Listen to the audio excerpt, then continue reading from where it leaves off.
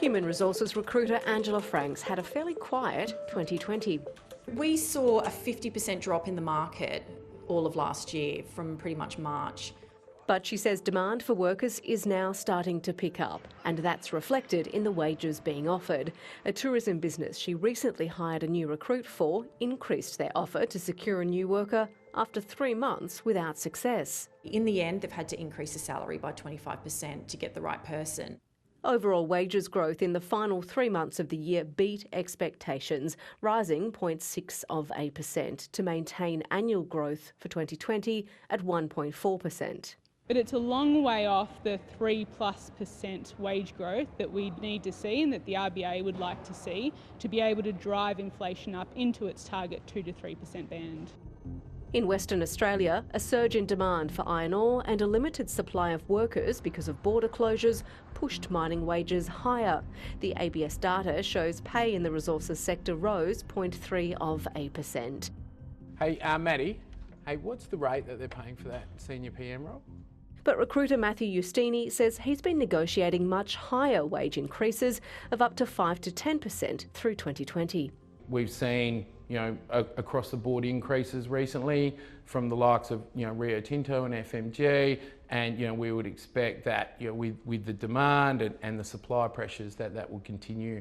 Wages growth has been slowing for decades. Not surprisingly, it peaked in the mining construction boom years last decade at 4.3%, but the latest annual figures are still 2% lower than growth recorded 20 years ago. And it's that subdued growth that has the Reserve Bank's attention.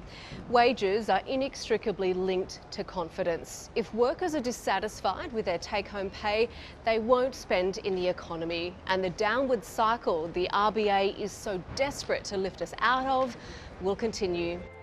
December's wage growth was mostly driven by individually negotiated contracts and enterprise agreements. A delay in the Fair Work Commission's annual wage review saw another quarter of marginal growth for workers covered by awards, which means people like early childhood educator Kylie Gray continue to see their pay slip behind the increasing cost of living.